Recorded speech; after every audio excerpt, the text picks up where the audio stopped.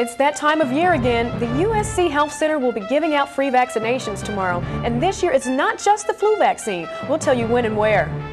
And who is Carly Fiorina? Find out more about the Republican senatorial candidate.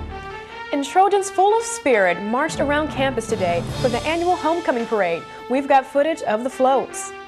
Annenberg TV News is next. Chileans are celebrating the rescue of all the trapped miners. We'll tell you where the rescue efforts stand now. Family members of the Murder Valley Village woman embraced today at news that officials have captured her suspected murderer. Hear how Mexican and American authorities work together in the arrest. And dozens of undocumented students protested outside of Meg Whitman's East LA office this afternoon. Find out why they think Whitman would fail for them as governor. Don't go anywhere. Annenberg TV News is next. USC becomes the only college campus in the world to be named an international safe community. Find out why. Attorney General Jerry Brown is taking new action in the Bell corruption investigation. We'll tell you what other city may soon be under investigation. It's no party for Republicans running for office. Learn how the Tea Party may affect the GOP's election plans. Annenberg TV News is next. Proposition 27 could change how voting districts are drawn and perhaps who can get elected in those districts. Jessica Flores joins us here in the studio now to show us how. Jessica? Thanks, Robbie. If voters pass Proposition 27, it would put the power to draw state voting districts back in the hands of state legislators. And that's where the responsibility has historically been before 2008, when voters narrowly approved a measure that created a state commission of 14 appointed citizens to draw the lines instead. Proposition 27 would repeal the Citizen Commission. ATVN reporter Maren Austin is here in the studio with more on what city leaders are doing to help the homeless. Maren? Heather, on any given night in Los Angeles, more than 80,000 people sleep on the street. This is why the Business Leaders Homeless Task Force is joining city leaders in the Home for Good plan. The goal is to end homelessness in the city of LA within 10 years. The court has not reached a decision on Beresford Redmond's extradition to Mexico, but the judge did set a bail hearing for November 29th. ATVN's Kristen Steach is live in downtown Los Angeles with more on how the family of Beresford Redmond plans to keep fighting for justice. Kristen, how's it going out there? Thanks, Robbie. I'm at the federal courthouse here in downtown LA. Beresford Redmond is currently in custody here in Los Angeles. If he is extradited, he will stand trial for the murder of his wife, Monica, who was found dead in Mexico back in April. Monica's sister says she believes this is only the beginning. The Red Rally in Long Beach tonight is donating a portion of its proceeds to AIDS research. ATVN reporter Kristen Steach is live right now at the Long Beach Red Rally. Kristen. Thanks, Robbie. I'm live in Long Beach, where we're just waiting for some of the area's most important structures to be bathed in red in honor of World AIDS Day. About 100 people are out here to support AIDS awareness, and this is just one of many events in Southern California trying to educate people about the disease. A big rig has struck 8 cars on the 405 freeway. Police say the driver of the big rig may have fallen asleep. According to the city fire department, 1 person was taken to the hospital, and there were no reports of any other injuries. Highway Patrol says the accident happened on the northbound San Diego 405, just north of the 10 freeway near Santa Monica Boulevard. We'll bring you more information as we get it. We have breaking news. 4 people are injured tonight after a car collided with a light rail commuter train. The collision happened south of downtown Los Angeles at about 3:15 p.m. 3 of the injured people were taken to the hospital, 1 with serious injuries. And now a recap on our top story. All 33 Chilean miners have been pulled to safety tonight. The 33rd and final Chilean miner, who was the foreman, reached the surface at about 15 minutes ago. Together with the Chilean president, the crowd of more than 2,000 sang the national anthem. The rescue began around midnight last night and was completed without any problems. The miners were trapped for 69 days. We'll continue to follow new developments here at ATVN. City officials arrested in the Bell investigation will remain behind bars tonight unless they pay up. Good evening, I'm Heather Hope. And I'm Robbie Heeger. A judge reset bail this afternoon for 3 of those Bell officials. And more now on our top story. The arraignment of the Bell officials was postponed until next month. ATVN's Kristen Steach shows us what happened inside and out of the courthouse. The officials accused of cheating taxpayers out of $5.5 million appeared in a Los Angeles criminal court today.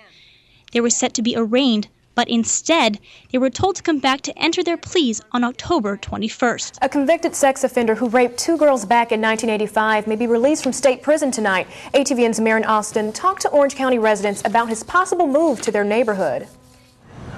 Residents in this Orange County neighborhood are concerned that Lawrence Joseph Brown will be heading here when he's released from prison. Hotel workers took to the streets in West Hollywood today to boycott the Hyatt Regency Century Plaza and Hyatt Andaz. The workers claim they have been without a contract for 9 months and are being overworked. Struggling inside the hotel. I mean, ever since I started, I've been doing the job of like 2 to 3 persons. And they've been cutting my hours, and I'm really struggling with my bills. A federal appeals court has reinstated the Don't Ask, Don't Tell policy that prevents gays from openly serving in the military. Gays who came out while the policy was overturned now may be in a tough spot. ATVN's Kristen Steege talked with Army officials about how they're handling the situation. To go in and try to enlist. I want to serve. Openly gay Iraq combat veteran Dan Choi began the process of rejoining the military this morning, while the Don't Ask, Don't Tell policy was temporarily overturned. During the injunction, Choi and all military officers were allowed to be open about their sexuality. But now, Don't Ask, Don't Tell is back, and anyone who has come out will be asked to leave the military. Well, this stranded Carnival cruise ship rescue is back on track. An engine fire stranded the Mexican Riviera cruise ship on Monday. One of the 2 tugboats that was helping the ship back to the U.S. had also lost power, making a 3rd tugboat go to the stranded cruise ship. So do you know everyone who you are friends with on Facebook? Well, one late-night talk show host is telling Facebook users to be more selective and accepting friend requests on the social media giant. If you wouldn't loan someone $50, unfriend them. If you wouldn't invite them to your birthday party, unfriend them. If you wouldn't cry if they got hit by a bus, unfriend them. Today has been declared National Unfriend Day. Talk show host Jimmy Kimmel started the movement. He is calling for all Facebook users to unfriend people they are not actually friends with.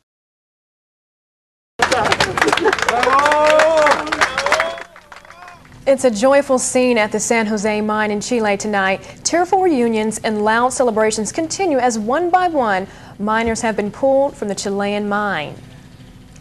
The miners are finally able to see their loved ones after 69 days of being trapped underground. Good evening, I'm Heather Hope. And I'm Robbie Heeger. Rescuers say the last miner has just been pulled to safety. 2 powerful earthquakes struck the coast of eastern Indonesia today, causing a brief tsunami warning. USGS says a 6.6 quake struck the Papua province. A second earthquake with a magnitude 7.2 hit the same location less than a minute later. A nearby town and island were shaken, but there are no immediate reports of injuries or damage. The earthquakes happened almost 2,000 miles east of the capital, Jakarta. Insurgents in Baghdad targeted Iraqi Christians today, hitting nearly a dozen locations across the city. 5 people died from 11 coordinated roadside bombs that targeted churches and Christian neighborhoods. The race for California's governor heats up as Republican candidate Meg Whitman faces allegations. She's been accused of employing an illegal immigrant for nearly a decade. Whitman's former housekeeper Nikki Diaz filed a lawsuit against Whitman. Whitman's former maid of 9 years, Nikki Diaz, filed a claim for unpaid wages and said when she let her boss know that she was an illegal immigrant, Whitman wanted nothing to do with her. Y a partir de ahora, tú no me conoces y yo no te conozco. President Obama tried to clear up the new health care laws today, speaking in front of patients from across the country who have benefited from the changes. Have some basic measures of protection in interacting with the healthcare system, which means that you're not going to go bankrupt, you're not going to lose your house, if heaven forbid, you end up having an accident. California voters gave Democrat Jerry Brown his 3rd term as governor. Brown, the current state attorney general, received 54% of the vote, while Republican Meg Whitman received 41%. Whitman, who shattered campaign spending records, conceded last night. And expectations are high for Governor-elect Jerry Brown as he gets set to retake control in Sacramento. After a 28-year hiatus, Jerry Brown will be heading back to Sacramento as the head of California's government. Brown says that his priority is to streamline the overcomplicated system already in place. That the breakdown paves the way for a breakthrough. And that's the spirit that I want to take back to Sacramento